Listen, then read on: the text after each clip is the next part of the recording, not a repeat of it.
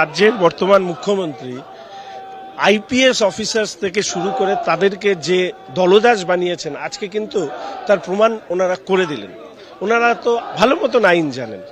এখন এত বড় অফিসার্সরাও যদি নিজের মেরুদণ্ড বন্ধক রাখেন, আমরা তো নজরুল ইসলাম সাহেবকে দেখেছি, আমরা জয়রামন সাহেবদেরকে দেখেছি, তারা কিন্তু সরকারের অন্যায় আদেশ মানতে চাননি বলে তাদেরকে সরিয়ে দেওয়া হয়েছে, কিন্তু তারা কম্প্রোমাইজ করেনি। ধর্ণা তো এখন দাদা উঠেছেন, আমরা যাব সন্দেশখালীতে, আমরা কোর্টের নিয়ম মেনে আইন মেনে আমরা এটা করব।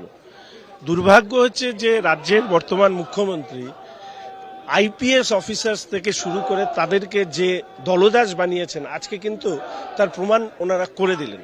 ওনারা তো ভালো মতন আইন জানেন।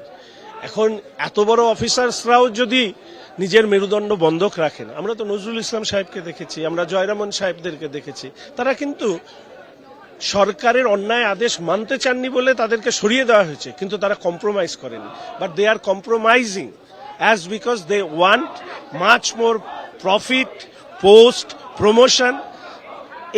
এর বিরুদ্ধে লড়াই। আমি বারবার করে বলি যে রাজনৈতিক নেতারা দুর্নীতিগ্রস্ত, কিন্তু এদেরকে দুর্নীতি করতে যে সরকারি আধিকারিকরা সহযোগিতা করছেন, why they should not be booked under the law, they should be booked under the law. তাদের একই আইনে, যে আইনে পার্থ, অনুব্রত এরা জেলে ঢুকেছে, এদেরকেও জেলে ঢোকা দরকার, তাহলেই একমাত্র শিক্ষা হবে।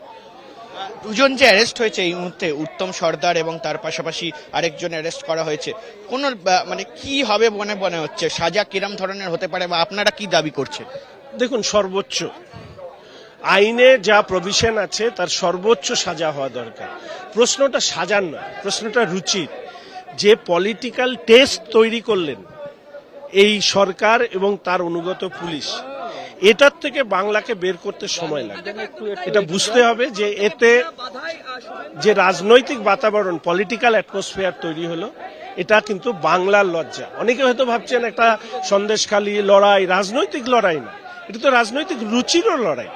এই রুচি যদি কোনো রাজনৈতিক দলের অভ্যন্তরে থাকে, তাহলে মহিলাদের যে নিরাপত্তা সেটা কোথায় থাকবে? আমি তাই অনুরোধ করব বাংলার মানুষের কাছে, ব্ল্যাক ডে পালন করছি, একজন সাংবাদিককে গ্রেপ্তার করা হয়েছে, চার্জেস কি? মলেস্টেশন, অন ক্যামেরা লাইভের মধ্যে মলেস্টেশন। কি মনে হয় শেখ শাহজাহান তিনি গ্রেফতার হবেন? তিনি তো ফেরার। গ্রেপ্তার তাকে হতেই হবে, এইটুকু নিশ্চিত থাকে, গ্রেপ্তার তাকে হতেই হবে। ধর্ণা তো এখন দাদা উঠেছেন, আমরা যাব সন্দেশখালীতে, আমরা কোর্টের নিয়ম মেনে আইন মেনে আমরা এটা করব। দুর্ভাগ্য হচ্ছে যে রাজ্যের বর্তমান মুখ্যমন্ত্রী আইপিএস অফিসার্স থেকে শুরু করে তাদেরকে যে দলদাস বানিয়েছেন আজকে কিন্তু তার প্রমাণ ওনারা করে দিলেন। ওনারা তো ভালো মতন আইন জানেন। এখন এত বড় অফিসার্সরাও যদি নিজের মেরুদণ্ড বন্ধক রাখেন, আমরা তো নজরুল ইসলাম সাহেবকে দেখেছি, আমরা জয়রামন সাহেবদেরকে দেখেছি, তারা কিন্তু সরকারের অন্যায় আদেশ মানতে চাননি বলে তাদেরকে সরিয়ে দেওয়া হয়েছে, কিন্তু তারা কম্প্রোমাইজ করেনি।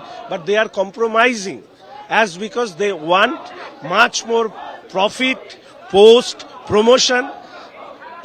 এর বিরুদ্ধে লড়াই। আমি বারবার করে বলি যে রাজনৈতিক নেতারা দুর্নীতিগ্রস্ত, কিন্তু এদেরকে দুর্নীতি করতে যে সরকারি আধিকারিকরা সহযোগিতা করছেন, why they should not be booked under the law, they should be booked under the law. তাদের একই আইনে, যে আইনে পার্থ, অনুব্রত এরা জেলে ঢুকেছে, এদেরকেও জেলে ঢোকা দরকার, তাহলেই একমাত্র শিক্ষা হবে। দুজন যে অ্যারেস্ট হয়েছে এই মুহূর্তে, উত্তম সর্দার এবং তার পাশাপাশি আরেকজন অ্যারেস্ট করা হয়েছে, কোন কি হবে মনে হচ্ছে? সাজা কিরম ধরনের হতে পারে বা আপনারা কি দাবি করছেন?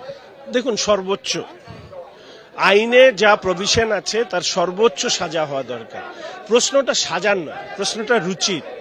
যে পলিটিক্যাল টেস্ট তৈরি করলেন এই সরকার এবং তার অনুগত পুলিশ, এটার থেকে বাংলাকে বের করতে সময় লাগবে।